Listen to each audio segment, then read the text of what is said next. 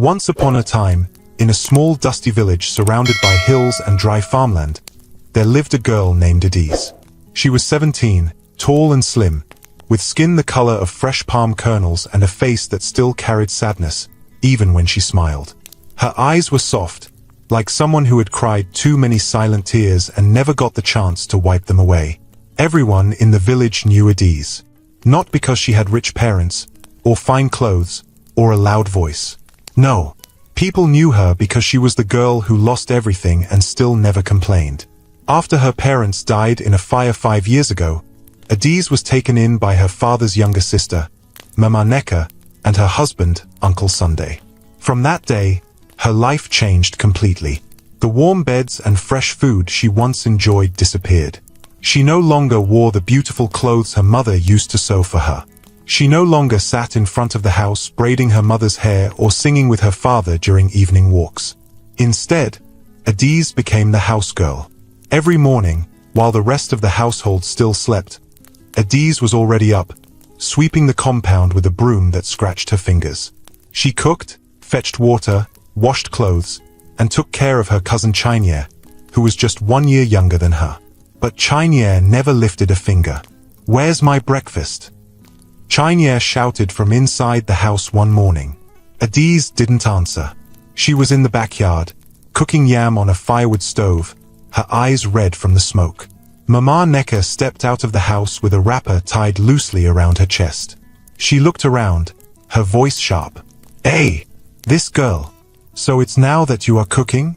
Do you want my daughter to faint before you serve food?"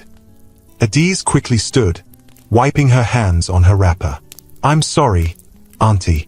The fire was slow this morning because the wood was wet." Mama Neka hissed loudly and pointed a long finger at her. "Don't give me excuses. Am I the one who told you to use wet wood? Useless girl. Always behaving like she's doing us a favor by living here." Adise bent her head. "I'm sorry, Auntie." "Sorry won't cook the yam faster," the woman shouted, turning away. After breakfast, Adise walked to the village market, carrying a big tray of vegetables on her head. She balanced it carefully as she walked, sweat rolling down her back, even though it was still morning. At the market, other girls her age laughed, joked, and even wore light makeup. But Adise just stood quietly by a wooden table, arranging her aunt's vegetables and calling out to buyers with a low voice. Some women pitied her. "Fine girl like this, see the kind of life she's living," one woman whispered to another. But others only laughed. "Her beauty is a waste," a woman said, biting into a mango. "She's just a housemaid with no future." Adise heard them, but she said nothing. That evening, after selling everything, she returned home with the money wrapped in a piece of cloth. She walked into the living room and handed it to her uncle, who was sitting on a wooden bench, fanning himself. "This is the money from the market, sir," she said, keeping her voice low. Uncle Sunday collected it and counted it with a frown. "This is all?" "Yes, sir. The prices went down today. People were not really buying," she explained. "Or maybe you've started stealing our money," he said, standing up slowly. "Do you think we don't know the kind of girl you are?" Adise's eyes widened. "No, sir. I swear I didn't take anything." He moved close to her. "You didn't, eh? So you're now calling me a liar?" "No, sir. I would never." A sharp slap cut her words short. She staggered backward, holding her cheek. Mama Neka walked in just then. "What happened?" "She brought back small money and is giving me story. This girl will put us in trouble one day." Mama Neka folded her arms and glared at Adise. "I've warned you before. You won't bring shame to my family. I don't care who your parents were. As long as you're under my roof, you will behave like someone who knows her place." Adise swallowed hard. Her voice shook. "I'm sorry, Auntie. Take your sorry and go and sweep the compound before I deal with you."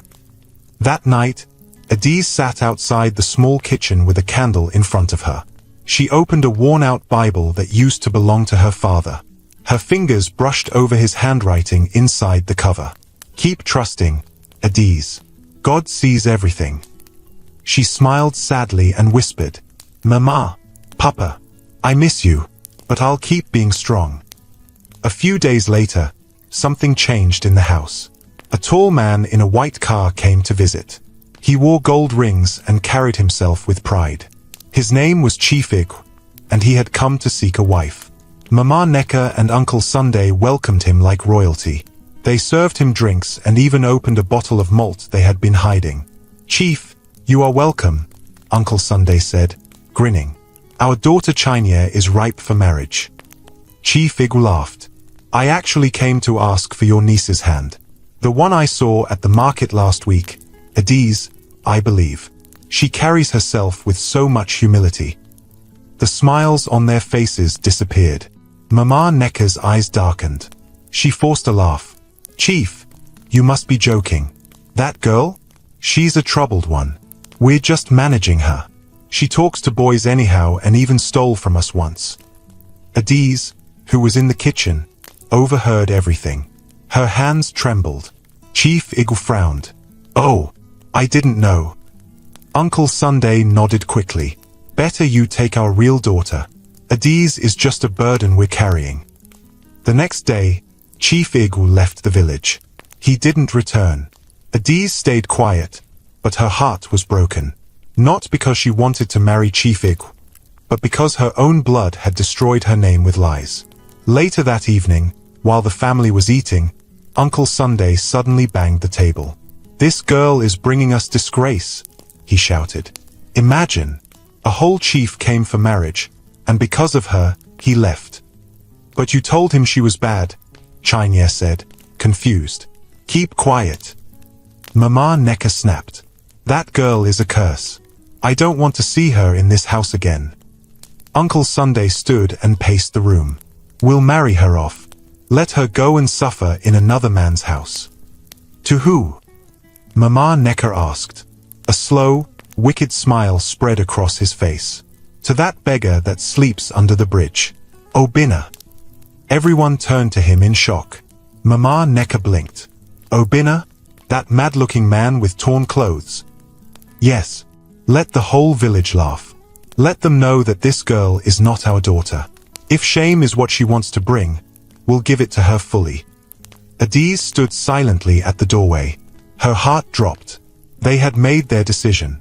They were going to destroy what was left of her dignity, and there was nothing she could do to stop it. The next morning, Adiz woke up before the sun rose. But this time, it wasn't to sweep the compound or boil water. She just sat quietly outside the small kitchen, her hands wrapped around her knees, her face pale and blank. She had not slept at all. Not after hearing what Uncle Sunday said the night before. "We'll marry her off to that beggar that sleeps under the bridge. Obina." The words kept repeating in her mind like the sound of a leaking tap. She stared at the red sand in front of her and whispered to herself, "What did I ever do wrong? Why do they hate me this much?" She didn't cry. Her tears had dried up long ago. Behind her, the wooden door creaked open. It was Mama Necker. "Adiz," the woman barked. Adiz stood up quickly and faced her. "Come inside. You will help me wash Chania's white lace gown. She's going to the youth meeting this weekend. Don't stain it, or you will regret it." Adiz nodded. "Yes, Auntie." She followed her inside, moving like someone without a soul. Chania was lying on the cushion, chewing gum and pressing her phone. She didn't even look up when Adiz entered. As Adiz collected the gown and turned to leave, Uncle Sunday entered the room, clapping his hands together. "Good news," he shouted. Mama Necker dropped the cup she was holding. "What happened?" Uncle Sunday grinned wide, his yellow teeth showing. "I just spoke to Baba Sadiq. He said Obina agreed. The wedding will be this Saturday." Adiz froze. Chania sat up quickly. "You're serious?" "Very serious," he said. "We will disgrace her properly. Let the whole village gather and laugh. Let them know she is not one of us." Mama Necker smiled and clapped slowly. "It is finished. The shame will follow her forever." Chania laughed. "Maybe she'll give birth beside the gutter too." Adiz stood there, still holding the white gown in her hands. No one looked at her. No one asked her how she felt. No one even remembered that she was a human being with a heart. By afternoon, news had already started spreading. The woman who sold pepper near the well was the first to talk. "Have you heard? That Adi's girl is marrying the madman that lives under the bridge." The tailor next to her gasped. "Obina? That one that wears 4 different slippers on 2 feet?" "Yes, now." Within hours, the whole village was talking. Some laughed. Some shook their heads. Some pitied her. But none of them stopped the wedding. Nobody cared. On Friday evening, one day before the wedding, Adiz sat under the orange tree beside the house, washing the last of Chinya's clothes. She hadn't spoken much since the announcement. Not even when the pastor's wife came and asked if she was happy. She just nodded. But her heart was sinking deeper and deeper. Suddenly, someone tapped her shoulder. She turned and saw Ezin, her only friend in the whole village. Ezin sat beside her, breathing heavily like she had been running. "I heard," Ezin said softly. "Is it true?" Adiz nodded without looking at her. "They're really marrying you off to Obina." Adiz kept her head down. "Yes. But you're not even 18. You don't love him. Why aren't you saying something?" "What should I say, Ezin? If I refuse, they will beat me or throw me out. And where will I go? Who will take me?" Ezin held her hand tightly. "Then let's run. Let's hide you. I'll talk to my cousin in the next village." "No," Adiz interrupted gently. "If I run, it will only make it worse. They'll say I'm stubborn and a disgrace. At least now, maybe God is watching. Maybe this shame will be my last one." Ezin's eyes filled with tears. "You don't deserve this." Adiz smiled weakly. "None of us do. But life doesn't always give us what we deserve." They sat together quietly for a while. Then Ezin whispered, "I'll be there tomorrow. I'll stand beside you. Even if the whole village laughs, I won't." Adiz squeezed her hand. "Thank you." The next morning, the compound was already full by 9 a.m. Villagers gathered, whispering and pointing. A makeshift canopy had been set up under the mango tree. Old plastic chairs were arranged in a rough circle. A small wooden table stood in the middle, with a worn-out white cloth covering it. That was where the officiating elder would stand. No pastor agreed to come. Nobody wanted to be part of the shame. The only one who agreed was Baba Sadiq, the oldest man in the village, who was paid with a bottle of palm wine and half a bag of rice. Inside the house, Mama Neka forced Adiz into a tattered cream blouse and a faded blue wrapper. "This was your mother's own," she said with a wicked grin. "Since you've chosen disgrace, it's only right you wear her old clothes." Chinya stood at the door, laughing as Adiz adjusted the wrapper. "You look like a housemaid going to sweep the market square," Chinya said. Adiz didn't say anything. She just tied the wrapper tighter and stood up. Mama Neka pushed her forward. "Go out. Let the people see the bride of the century." When Adiz stepped outside, the entire compound went quiet for a moment. The crowd stared. Some women covered their mouths. Some laughed. Some just shook their heads. A boy whispered loudly, "She looks like she's going to a burial, not a wedding." Adiz kept her head low. She didn't look at anyone. Then, from the other end of the compound, a small group of children shouted, "He's coming! He's coming!" All heads turned. Obina was walking slowly toward the gathering, barefoot, wearing 3 different colored shirts on top of each other, and what looked like a curtain tied around his waist. His hair was rough. His beard was wild. He carried a small black nylon bag in his left hand and a stick in his right. The village burst into laughter. Women held their sides. Men shouted things like, "This is better than Nollywood. And who needs a cinema when we have this?" But Obina kept walking, eyes steady, face calm. He stopped right in front of Adiz. She looked up at him slowly, expecting to see madness in his eyes. But what she saw shocked her. His eyes were kind, warm, gentle. He bowed his head slightly and said, "Good morning, Adiz." The way he said her name, soft, respectful, made her blink twice. She nodded. "Good morning." Baba Sadiq raised his hand. Let us begin. The ceremony was short. No prayers. No songs. Just mockery from the crowd and laughter every 2 minutes. Do you, Obina, take this girl as your wife? Baba Sadiq asked. I do, he said calmly. Do you, Adiz, take this man as your husband? Adiz looked at Obina, then looked at the crowd, then whispered, I do. The whole place exploded with noise. Somebody shouted, clap for shame. Another shouted, this is the wedding of the year. Even Mama Neka was laughing hard. Hey, what a life. Uncle Sunday raised a cup of palm wine. To shame. To freedom. Let her carry her bad luck away. After the wedding, Obina turned to Adiz and stretched out his hand. Shall we go? He asked. Adiz looked at her aunt and uncle. Neither of them said goodbye. They didn't even look at her. She turned away slowly and followed Obina. The crowd watched them walk out of the compound. Adiz barefoot, holding nothing, no bag, no gift, not even water. Obina beside her, quiet and calm. Some laughed again. Some shook their heads. Ezin watched from the back, wiping her eyes. They walked for almost an hour. No one said anything. The road was dry, and the sun was hot. Adiz's wrapper kept coming loose, but she held it firmly. Obina walked at her pace, not rushing, not dragging. Finally, they reached a small corner beside the river. A broken hut stood there. The roof had holes. The windows were just squares with no wood. The door was a piece of cloth nailed to a frame. Obina pointed. This is home, for now. Adiz looked around and nodded. It's okay. I'll fix the roof next week, he said. There's a stream behind. That's where I fetch water. She nodded again. Do you have a pot? I can cook if there's food. Obina smiled gently. We'll figure something out.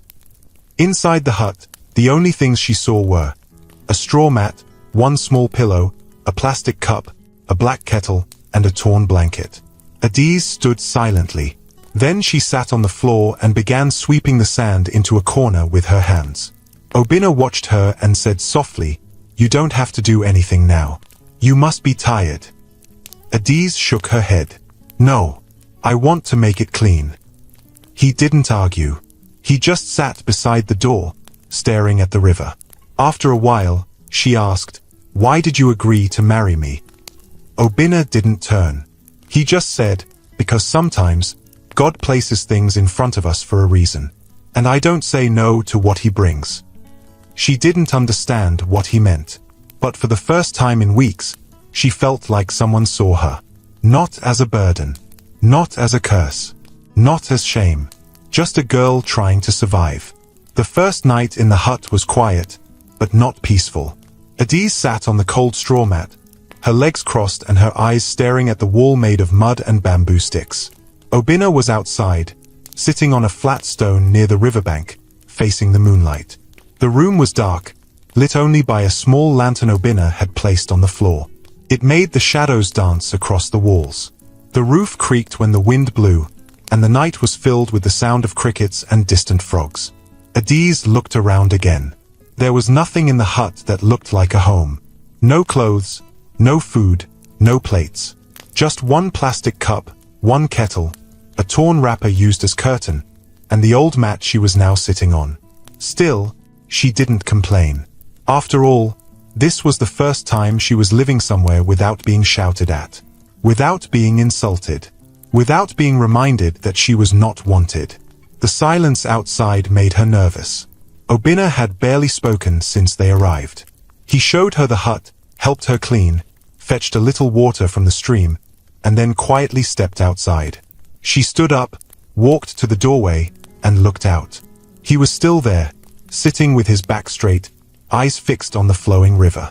His walking stick was beside him. His long shirt, even though faded, blew gently in the breeze. Are you all right? She asked softly. Obina turned slightly and nodded. Yes. You've been sitting there for a long time. I like the sound of water. It helps me think. Adiz stepped out and sat on the ground near the door. What do you think about? He was quiet for a few seconds, then said, about everything. Life, the past, the future, mistakes. She hugged her knees and stared at the river too. I used to sit like this with my father. He would tell me stories. He said water carries people's pain and takes it far away. Obinna smiled a little. Your father sounds wise. He was. He died in a fire. My mother too. I know, he said gently. I'm sorry. She looked at him. How did you end up under the bridge? Obinna didn't answer immediately. He looked down at the stones by his feet. Sometimes, life pushes you far away from where you started. And when you want to come back, you're no longer sure how. Adiz nodded slowly. She understood that feeling. They sat in silence again. Not the kind that feels awkward, but the kind that feels like two people are trying to breathe after drowning for too long.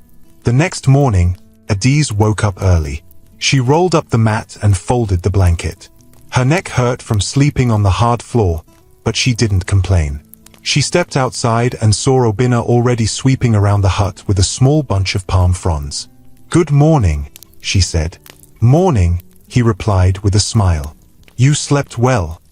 She nodded. Yes, thank you. I boiled water, he said.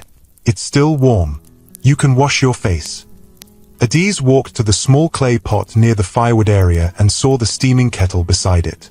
She poured a little water into a bowl and washed her face. Then she turned. Do you have any food? I can cook something. Obinna shook his head. Not yet, but I'll go to the village soon. Maybe I can find something to trade. Adiz nodded. Okay, I'll clean the hut while you're gone. Obinna left with his black nylon bag and walking stick, moving slowly but firmly toward the market road. Adiz stayed behind and got to work.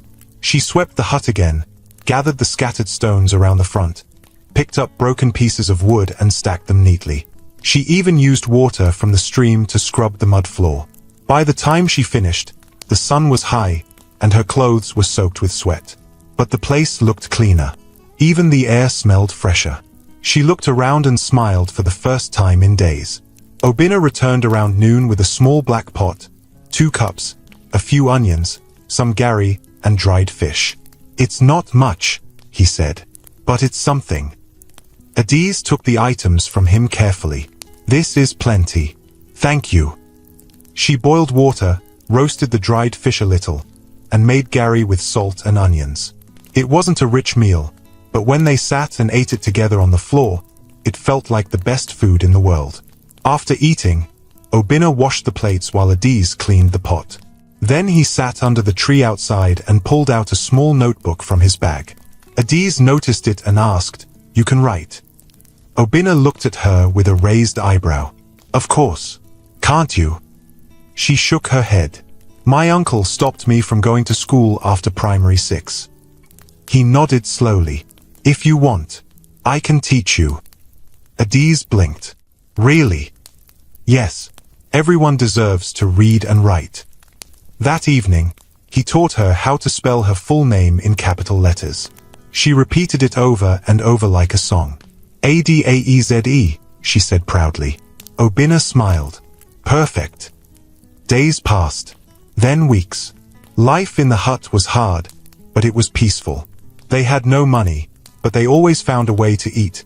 Obinna would trade small items in the market, and Adiz would cook with whatever they had.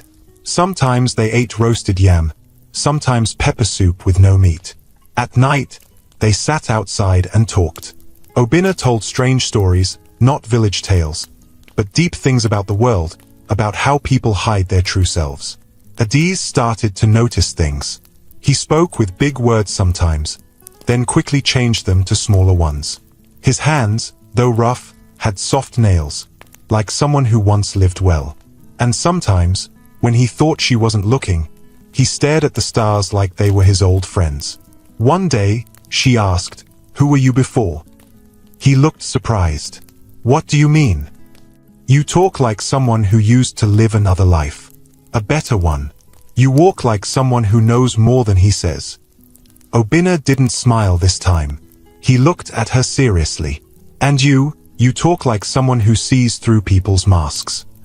They both fell silent. Then he said, maybe one day, I'll tell you. One afternoon, a heavy storm came. The wind tore through the trees, and the sky turned dark quickly. Adiz ran to close the cloth covering the door, but it flew off. Water started pouring into the hut through the holes in the roof. Obinna grabbed a metal basin to catch the water. Adiz used the pot to do the same. Suddenly, the small shelf they used to store their food collapsed. The onions rolled away, and the gari spilled into the muddy floor. Oh no! Adiz shouted, rushing to save what she could. But the water was already everywhere. She pulled their mat to one corner, then used her wrapper to block a hole in the wall. By the time the rain stopped, the hut was soaked. Their food was gone. The mat was wet, and both of them were shivering. But Adiz still stood up and tried to clean the mess. Obinna stopped her. Sit down. You've done enough. She shook her head. No. If we don't fix it now, we'll sleep in mud. He touched her hand gently. Adiz, you're not like other girls. You don't cry. You don't complain. Even when things are hard. She sat beside him and said quietly, crying doesn't change anything. He looked at her for a long time. Then he said, you deserve so much more. Adiz didn't answer. Her throat felt tight. That night, after they cleaned what they could and shared the last dry bread from Obinna's bag, she laid on the mat and stared at the roof. Obinna sat outside again, on the same flat stone, facing the river. She watched him from the doorway. The moonlight lit up half his face. He looked like someone carrying a big secret. Then she whispered to herself, who are you, Obinna? The morning after the storm, Adiz woke up cold and tired. The floor was still wet. The mat was damp. Her wrapper clung to her skin. She sat up slowly, her back aching. Obinna was already outside. She could hear him chopping wood with a small blunt cutlass. The sound was sharp and steady. She pulled the blanket around her shoulders and stepped out. The sky was clear, but the ground was muddy. Water dripped from the trees, and the river beside their hut was moving faster than usual. Obinna looked up when he saw her. You should still be resting, he said. I couldn't sleep, she replied. Too cold. She nodded. Obinna dropped the wood and walked over. He placed his hands on her shoulders gently. I'll build a better fire today. You'll be warm before evening. She gave a small smile. Thank you. He looked around. We'll fix the roof this week. I know a boy in the next village who can help. I'll speak to him. Adiz touched the side of the hut gently. I don't mind the leaks. I just want to keep it clean. Obinna's eyes rested on her face for a moment longer than usual. You're not angry at me, he asked. Angry? For what? For bringing you here. For letting them marry you off to me. She took a deep breath. You didn't force me. And you've been kind. That's more than I ever got from the people who raised me. Obinna looked away. Then he said softly, You've never asked me to buy you anything. You've never blamed me. You've never shouted. Not even once. Adiz looked down at the mud between her toes. What would shouting change? Obinna didn't answer. He just walked back to the firewood and continued chopping. Later that day, Obinna went to the next village to look for the boy he spoke about. He told Adiz he wouldn't take long. But hours passed. The sun moved from the middle of the sky to the edge. The shadows grew longer. Adiz waited. She cleaned the hut. She fetched water. She repaired one of the walls with wet mud. But Obinna didn't return. As night approached, she became worried. She sat by the road, eyes fixed on the distance. It was almost dark when he finally appeared. But he wasn't walking normally. He was limping. His shirt was torn, and there was a small cut above his eyebrow. He held his side like something hurt badly. Adiz ran to him. What happened? Obinna tried to smile but winced. Just a small fight. With who? Some boys. I passed through a rough path. They wanted to collect my bag. I refused. Adiz placed his arm over her shoulder. Let's go inside. They entered the hut slowly. She helped him sit down, then quickly tore a piece of cloth to clean the blood on his head. You should have waited till morning, she said. I thought I'd be fast, he replied. You're bleeding. It's not deep. She brought water, cleaned the cut carefully, and tied the cloth around his head. Lie down, she said. I'll be fine. Lie down, she repeated, more firmly. He obeyed. She placed the blanket over him and sat beside him. Thank you, he whispered. Adiz looked at him. Why do you always act like nothing is wrong, even when you're hurt? Obinna opened his eyes slowly. Because I've been through worse. Still, you shouldn't pretend you're not human. He smiled weakly. You're the only person who's told me that. Adiz stood, walked to the corner, and picked up the remaining bread from the roof ledge. She gave it to him with water. It's not much, she said. He took it with a nod. It's enough. That night, Adiz stayed awake, sitting beside him, checking if he was breathing properly. When the lamp went off, she didn't move. She just held her knees and whispered a short prayer. The next morning, Obinna's wound had dried a little, but he was still weak. Adiz made him sit under the tree while she did the rest. She fetched water, prepared hot gari, and even boiled bitter leaf soup with one small dry fish she had been saving. Obinna watched her. Do you ever get tired? He asked. I'm used to it, she replied. He looked at the small fire crackling beside her. Back then, I used to complain about everything. Even when food was hot, I'd complain. If it rained too much, I'd be angry. But now, I sit here and watch you turn a broken hut into a home, and I wonder. Adiz turned. You wonder what? I wonder if I ever knew what it meant to be rich. She didn't reply. She just stirred the soup slowly. After they ate, she cleaned the plates and sat beside him under the tree. The wind was cool. She looked at him carefully. Obinna, can I ask something? Anything. Are you truly a beggar? Obinna blinked. I mean, she continued, you speak like someone who has lived better. You write, you count fast, you even use English sometimes without knowing. Obinna rested his back against the tree. Why does it matter? Because I want to know the truth. He looked at her for a while, then said, I'm not a beggar. Not really. She sat still. I left my life behind, he added. I left everything. My house, my car, my company. I walked away. Why? He looked at her. Because I was surrounded by liars. Everyone smiled in front of me and planned evil behind my back.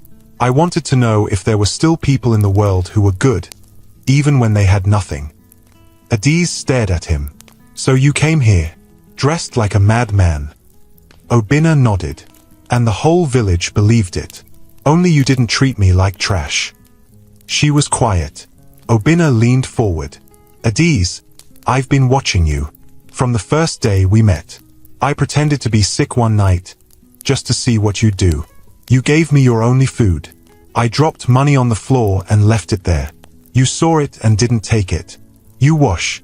You clean. You cook. You care. And not once have you ever asked for anything. She swallowed hard. He looked into her eyes. You are the proof I was looking for. Adiz didn't know what to say. Her heart was beating too fast. Obinna smiled gently. Don't worry. I won't force you to believe me. One day, you'll see it all. That evening, Obinna walked a little better. He collected wood and repaired the window. Adiz helped patch the leaking roof using palm leaves and mud. By night, the hut was warmer, cleaner, safer. They sat outside, facing the moon. I don't hate my aunt anymore, Adiz said suddenly. Obinna looked at her. She hated me. She treated me like a dog. But if she didn't, I wouldn't be here. You're that forgiving. She nodded. If I carry pain in my heart, I won't have space for joy. Obinna exhaled slowly. You're stronger than you think. She leaned back and looked at the sky. Do you think I'll ever have a real life? You already do, he said. She turned to him. Because you're real, he added. That night, Obinna stood by the river again. He looked up at the stars and whispered, "She is the one. She's the reason I left everything. And now, I found her."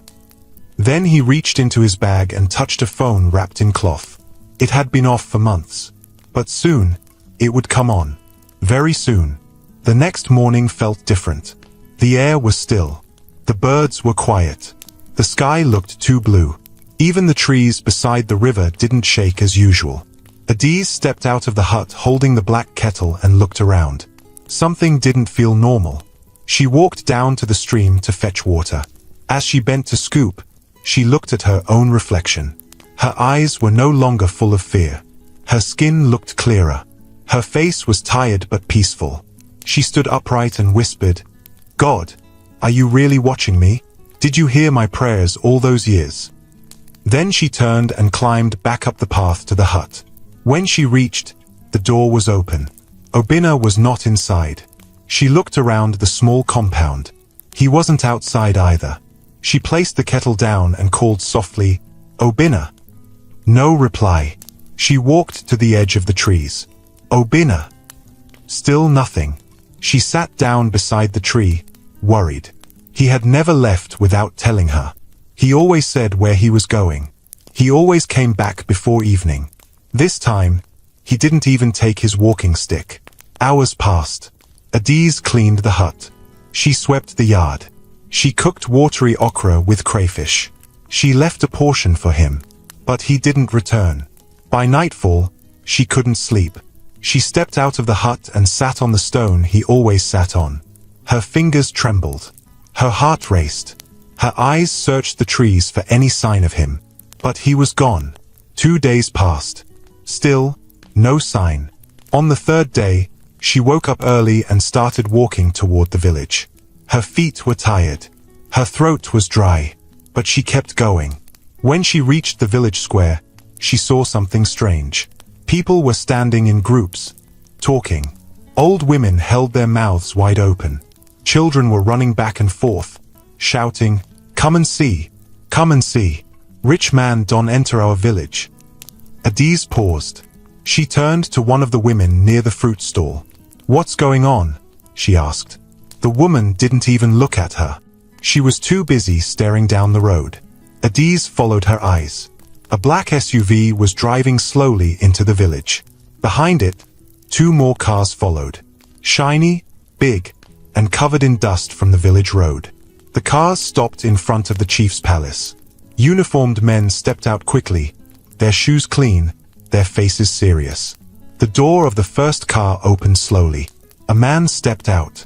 Tall, neatly dressed, wearing dark glasses. A gold wristwatch flashed on his arm. His shoes shined in the sun. Gasps spread through the crowd. Then came the whispers. "Is that not? It can't be. No, it's the madman, the one that lived under the bridge." Adiz's heart jumped. She took a step forward. The man removed his glasses. It was Obinna, clean-shaven, hair trimmed, skin glowing, beard-shaped, lips calm. He stood straight, his shoulders wide, his chest bold. Someone screamed, "Obinna!" The crowd went wild. People rushed forward. Obinna raised one hand, calmly. The guard stepped in front to block the crowd. Adiz stood frozen. She couldn't move. She couldn't even breathe. Inside the palace compound, the chief stepped out, confused. "What's the meaning of all this?" Obinna walked up to him slowly. "My name is Obinna Nwosu," he said clearly.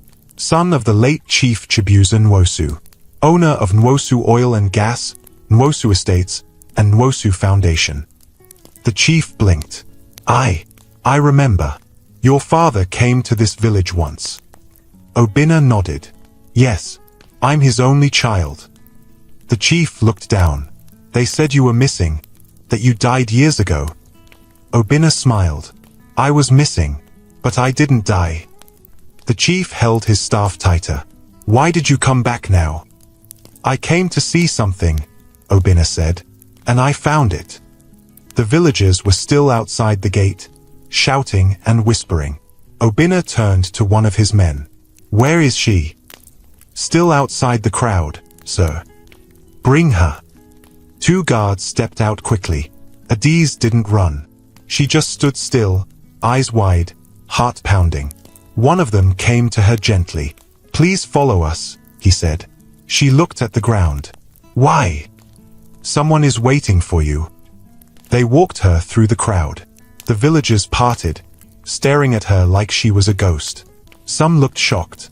Some looked jealous. Others looked confused. Inside the compound, Obinna stood alone. She stepped in. Their eyes met. She froze. He walked to her slowly. Hello, Adiz, he said softly. Her lips moved, but no words came out. He stepped closer. I'm sorry I left without saying anything. She shook her head. You lied to me. No, he said. I just didn't tell you yet. You're rich. Yes. You're not a beggar. No. Why? Obinna looked down. Because I wanted to see if real kindness still exists. If someone could love without knowing there's money involved. If someone could give without expecting anything back. Adiz's voice broke. So you tested me. He looked up. No. I trusted you. She turned away. Everyone used me. My aunt, my uncle, even you. Obinna moved closer. Adiz, you saved me. Not from hunger, but from pride. You reminded me what it means to be human. You treated me like a person when the whole world saw a madman. She was crying now. Obinna stepped forward again. I left the money behind to find a wife. Not just any wife. A true woman.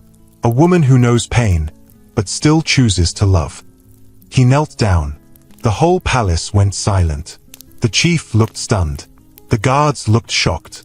Even the breeze stopped blowing. Obinna reached into his pocket and brought out a small box. He opened it. Inside was a silver ring. Will you give me another chance to do this the right way? He asked. Will you be my wife, not in shame, but in honor? Adiz covered her mouth. Tears rolled down her face. She looked at him, kneeling in front of her, surrounded by riches, power, and silence. Then she whispered, yes. Obinna stood up and pulled her into a hug. The crowd outside the gate cheered without knowing why. The chief shook his head and laughed. This village will not recover from this story. Later that evening, the cars drove through the village again. This time, Adiz was sitting in the back seat, beside Obinna. She wore a new gown. Her hair was brushed. Her feet had slippers with beads. The villagers lined the road. Some clapped. Some bowed. Mama Neka and Uncle Sunday stood in front of their house, their mouths wide open. They didn't even blink. Obinna made the driver stop. He stepped out slowly and opened the door for Adiz. She stepped out. Mama Neka gasped. Uncle Sunday dropped his walking stick. Adiz looked at them. They both fell to their knees. My daughter. Mama Neka cried. Please forgive us. We didn't know. Uncle Sunday shouted. Obinna held Adiz's hand. You don't owe them anything. But Adiz stepped forward. She looked at them calmly. I forgive you, she said. Not because you deserve it, but because I want peace. Mama Neka grabbed her feet. Thank you. Thank you. Adiz turned and walked back to the car. Obinna opened the door for her again. She entered. He followed. The driver drove off. Mama Neka sat on the floor, still crying. Uncle Sunday stared at the road, speechless. At the mansion in the city, Adiz stood in front of the mirror. The room was bigger than her uncle's entire house. She turned slowly. Her eyes sparkled. Her hands shook. Obinna entered. She turned to him. Is this real? He smiled. Very real. You changed my life. He held her hands. No, you changed mine. She looked around the room. Is this my room? He nodded. And the kitchen? Downstairs. The garden? Yours. She covered her mouth. He stepped closer. You were never the girl they said you were. You were always royalty. They just never saw it. She leaned on his chest. I want to help other girls like me, she whispered. Girls with no one. Girls that cry alone. Obinna kissed her forehead. Then we will. The next day, newspapers carried the story. Homeless man marries orphan girl. Turns out to be billionaire. Village wedding turns to fairy tale. The girl who married shame. And found gold. And in one corner of the paper was a small quote from Obinna himself. I went searching for a heart that cannot be bought. I found it in a girl named Adiz.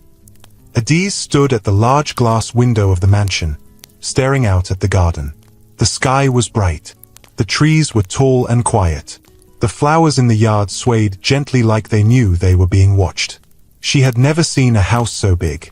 Every time she walked into a new room, it felt like she was in a dream she didn't want to wake up from. The first night in the mansion, she couldn't sleep. She lay on the bed, staring at the ceiling, her heart beating fast. How did I go from being a house girl to this? Is this really my life now? Everything was still new. The soft bed, the clean floors, the way the guards greeted her good morning, Ma, with serious faces. Even the way Obinna looked at her now was different. It wasn't pity. It wasn't surprise. It was something deeper. Something calm. Something respectful. That morning, Adiz sat at the long dining table with Obinna. A maid served them tea and bread with scrambled eggs. She had never eaten this type of breakfast before. Obinna watched her quietly, then said, "You're still not used to it, are you?" She smiled, shaking her head. "It feels strange." "Do you like it?" "Yes, but I keep thinking it will all disappear." "It won't." She picked up the teacup and held it with both hands. "Sometimes I still feel like I'm in that old hut," she said softly, "waking up to sweep and boil water. I still wake up too early, expecting to hear my aunt's voice shouting my name." Obinna leaned forward. "You don't ever have to hear her voice again." Adiz nodded slowly. "But I forgive her." Obinna raised his brow. "Already?" "Yes. She hurt me, but if I keep her in my heart, I won't have space for peace." Obinna smiled. "That's why I chose you." 2 days later, a knock came at the front gate. Obinna's chief security guard went to check. After a short conversation, he returned to the main house and knocked gently at the sitting room door. "Sir, some people are at the gate. They say they know Madam." Obinna looked up from the newspaper. "Who?" "A woman called Mama Necker. She came with her husband. They've been begging to see her since morning." Adiz looked up from the magazine she was reading. Her face changed. Obinna saw it. He turned to the guard. "Let them in." The guard nodded and walked away. Adiz stood from her seat slowly. Her heart was beating fast, but her face remained calm. "Are you sure you want to see them?" Obinna asked. "I want to." "You don't have to prove anything to them." "I'm not proving anything," she said. "I just want to see how it feels when the table turns." A few minutes later, Mama Necker and Uncle Sunday were led into the sitting room. They looked completely different. Gone were their loud voices and sharp tongues. Gone were their proud shoulders. Now, their clothes were old. Their faces were tired. They both looked smaller than Adiz remembered. As soon as they entered, Mama Necker dropped to her knees. "Adiz, my daughter," she cried. "Please forgive us."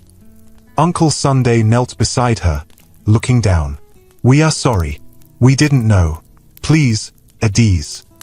Adiz remained standing. She didn't move. She didn't speak yet. She just stared at them. Memories rushed into her mind. The day they forced her to marry Obinna. The way they laughed at her.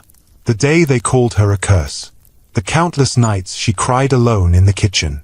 She took a deep breath and stepped closer. "You only came because you saw the cars and the cameras," she said calmly.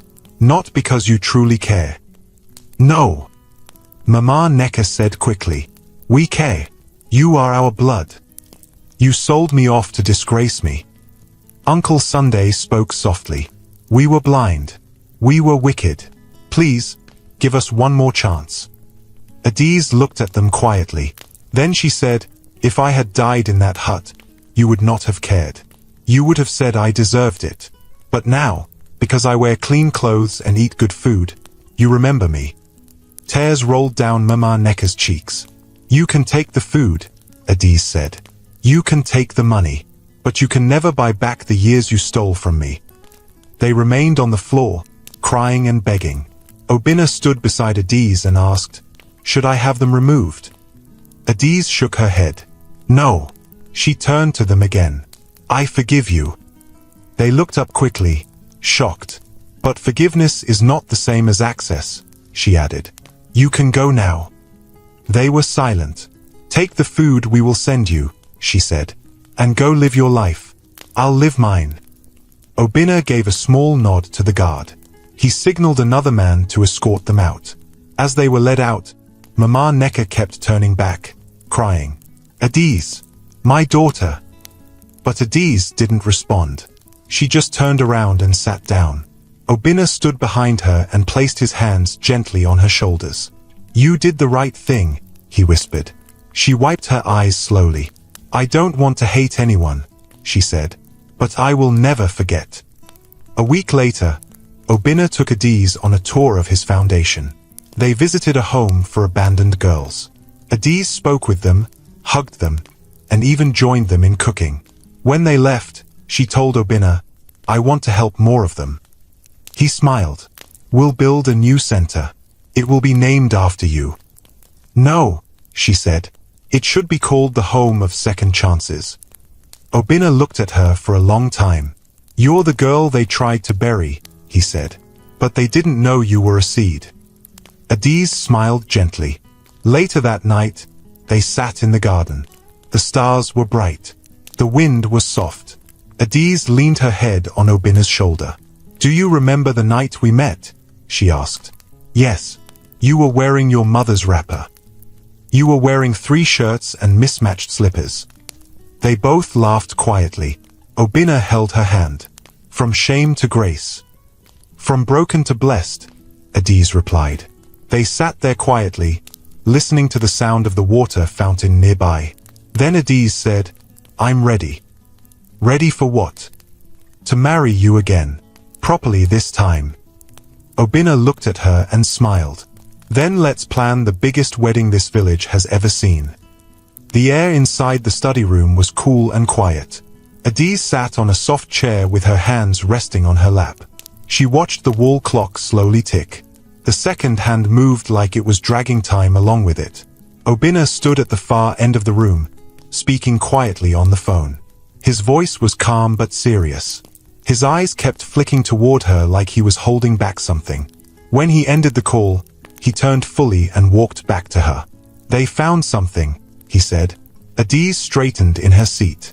"About what?" Obinna sat beside her. He didn't speak at once. "Obinna," she asked again, "what did they find?" He looked into her eyes and sighed. "Adiz, the fire that killed your parents. The one they said was an accident." Her chest tightened. She nodded slowly. Obinna reached for the envelope on the table beside them and placed it in her hand. "I asked my lawyer to investigate it. I didn't tell you because I wasn't sure if anything would come out of it." Adiz stared at the envelope. Her fingers didn't move. "I think it's time you opened it," Obinna said softly. Her hands finally moved. She opened the brown envelope and pulled out some papers. Her eyes moved over the lines slowly. Then she saw the name. Sunday Okafor. Her uncle. The report said he had taken a loan in her father's name just weeks before the fire. It said the shop had been insured under her parents' names, but the money from the insurance was claimed by her uncle. The paper said the fire was deliberate, planned, set. Tears filled her eyes before she could stop them. She dropped the paper on the table and stood up. "No," she whispered. Obinna stood too. "Adiz. No, no, no. This can't be true. My uncle, he's wicked, yes, but not like this." Obinna didn't interrupt. He let her speak. "He beat me, insulted me, sold me off like trash. But to kill my parents? To burn down the shop? To collect money from their death?" Her knees became weak. She sat back down quickly, covering her mouth with both hands. "I should have known," she whispered. "I should have known it was more than just hate." Obinna sat beside her. "You didn't know because you were a child. It wasn't your fault." Her hands shook. "He didn't just ruin my life. He took everything from me. My parents. My home. My peace." Silence hung in the room. Then she asked, "What do we do now?" Obinna looked at her gently. "That's up to you." She turned to him. "What would you do if it was your family?" Obinna didn't speak for a moment. Then he said, "I would want justice." Adiz nodded slowly. "I want justice too," she said. "But I don't want revenge. I want the truth to come out, and I want him to face the law." That same week, Obinna's legal team gathered every document, every record, every witness report. The police reopened the case. Adiz didn't hide. She gave her own statement. She described how her uncle took over everything after the fire, how he refused to let her return to school, how he locked her in the house while they sold her father's land. The officers listened carefully and took notes. "We will handle it from here," one of them said. "You've done your part." 2 days later, news spread like wildfire across the village. Uncle Sunday had been arrested. The police came early in the morning and took him away in front of everyone. Mama Neka screamed and ran after them, but the officers told her to stand back. The village market shook with noise. "They said he burned his own brother's shop," one woman shouted. "And collected the insurance money," another said. "God is watching, oh," someone added. Adiz didn't feel joy. She didn't dance or celebrate. She just sat quietly in her room, looking out the window, her hands folded across her chest. Obinna entered the room slowly. He didn't say anything. He just sat beside her and held her hand. "He used to carry me on his shoulders when I was small," Adiz said quietly. "He would buy me sweets. He told me I looked like my mother. I trusted him." Obinna squeezed her hand. "Evil wears a smile sometimes." She turned to him. "What happens now?" "He'll face trial. If the court finds him guilty, he'll go to prison." Adiz nodded. "And Mama Neka?" Obinna shrugged. "She's not on any papers, but she'll have to live with the shame." Adiz looked down at her hands. "Do you think she knew?" Obinna didn't answer right away. "Maybe. Maybe not. Some people stay quiet even when they know the truth." The next Sunday, Adiz visited her parents' grave for the first time in years. Obinna followed her. They stood before 2 simple headstones at the edge of the village. She placed fresh flowers on the graves and knelt. "Mama, Papa, I know you see me now. I didn't forget you. I tried to stay strong. I tried to be good." Obinna stood behind her, silent. Adiz touched the earth gently. "I know what happened now. I know who took you away. But I won't let it turn my heart bitter. I promise to live a life that makes you proud." Back in the city, Adiz sat with Obinna in the garden. "I want to help orphans," she said.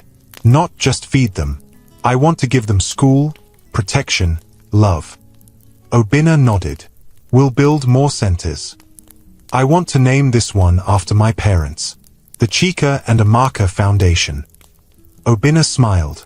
"It will be the biggest one yet." She looked at him. "Obinna, thank you." "For what?" "For choosing me, even when I looked like nothing." He held her hand. "You were never nothing. You were just hidden." She smiled.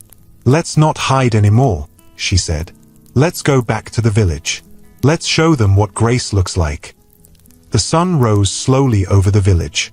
The sky turned soft orange, the air fresh and full of quiet excitement. People were already gathering before the cock crowed. Women tied their best wrappers. Men polished their shoes. Children ran around barefoot, pointing and laughing. The village square had been decorated with white and gold cloth. Chairs were set in rows under 2 giant canopies. Fresh flowers had been placed in every corner. The main road had been graded and sprinkled with water to keep the dust down. It wasn't just a wedding. It was history. A girl they once laughed at was now the queen of the day. Inside the village guest house, Adiz stood in front of a large mirror. She wore a long white gown, simple but beautiful, with lace sleeves and a flowing train that touched the floor. Her hair was neatly packed up in a bun, and tiny silver beads lined the edges. Her eyes filled with tears as she looked at her own reflection. "I don't even recognize this girl," she said softly. Ezin, standing beside her, laughed. "Well, that's because you've changed. Inside and outside." "I'm scared," Adiz whispered. Ezin turned to her. "Why? What if people still see me as the girl from the hut?" "Let them see whatever they want," Ezin replied. "They saw shame and called it your name. But now they'll see glory, and they'll still call it your name. You've earned it." Adiz hugged her tightly. "Thank you for never leaving my side," she said. "You're my sister. I will never leave you." Outside, the music began. Soft talking drums echoed through the square. Obinna stood at the altar, wearing a white and gold egbada. His face was calm, but his eyes searched the crowd. Then the drummers changed their beat. The people turned. Gasps filled the air. Adiz stepped out, holding a white bouquet. She walked slowly, her step steady, her head held high. The same villagers who once whispered about her were now clapping. Some even wiped tears. "She's so beautiful," one woman said. "Who would have believed?" another replied. "She's the same girl they laughed at," someone whispered. "She's more than that now," came the answer. "She's proof." As Adiz reached the front, Obinna stretched out his hand. She placed her hand in his. They turned to the officiating minister, who smiled warmly. "This day is not just about a wedding," the minister said. "It's about how pain can turn into joy, how disgrace can become honor, and how love, real love, always finds its way." He turned to Adiz. "Do you, Adiz, take Obinna to be your husband? To stand beside him in truth, in love, in light and in dark?" Adiz smiled. "I do." The minister turned to Obinna. "Do you, Obinna, take Adiz to be your wife? To protect her, honor her, and stand by her for all your days?" Obinna looked into her eyes. "I do." The crowd clapped softly. "You may now exchange rings," the minister said. Obinna brought out a silver ring and slid it onto Adiz's finger. She did the same. The minister raised his hand. "By the power given to me, I now declare you husband and wife. You may now." But before he could finish, Obinna pulled Adiz gently and kissed her forehead. The crowd erupted in joy. Drums rolled louder. Dancers moved in with colorful steps. The entire village square turned into celebration. Later, during the reception, Obinna stood and tapped his glass. The crowd quieted. "I want to say something," he said. All eyes were on him. Months ago, this village watched a poor girl get married to a beggar. Many of you laughed. Some of you mocked her. Even her own family tried to destroy her. Adiz looked down. Obinna continued. "But this same girl gave her last food to that beggar. She shared her mat with him. She never raised her voice. She never asked for riches. She only gave kindness." He turned to Adiz. She didn't know that the beggar was a billionaire hiding in plain sight. But even if he wasn't, she still would have married him with her whole heart. Gasps filled the air again. "She is my wife now. Not because of her beauty. Not because of her past. But because her heart is the rarest thing I've ever seen." The crowd stood and clapped. Adiz's eyes filled with tears. Then she stood. It was her turn to speak. She held the microphone with both hands and said, "Many of you knew me when I had nothing. You saw me carrying firewood. You saw me wearing torn clothes. You saw me selling pepper under the sun." She looked around. "I forgave those who hurt me, not because I forgot, but because I didn't want to carry their pain into my future." People were silent. "I stand here not as the girl from the hut. I stand here as a woman who was broken but didn't stay broken. And if there's anyone out there still suffering, still being treated like they don't matter, I want you to know, your time is coming." The clapping grew louder. Obinna walked up beside her and held her hand. Together, he said, we'll make sure no girl is ever forced to marry for shame again. As the sun began to set, Adiz sat quietly under a palm tree near the edge of the village square. The music still played, and people still danced, but she wanted a moment alone. Obinna walked up and sat beside her. Happy? He asked. She nodded. It feels like a dream. He looked up at the sky. It's real. She turned to him. What if I had said no that day? What if I had refused the marriage? Then I would have waited for you, he said, even in rags. They both laughed softly. Adiz leaned her head on his shoulder. Do you know what I'm thinking about? She asked. What? The mango tree. The day I married you in front of laughing villagers. I wore a torn wrapper. You wore 3 shirts. I thought my life was over. Obinna smiled. But it was just beginning. She nodded. Now look at us. He turned and held her face gently. No one can stop the story that God writes himself. And with that, they stood, hand in hand, as the drums played into the night. A poor orphan girl and the beggar she married, now king and queen in front of those who once turned their backs.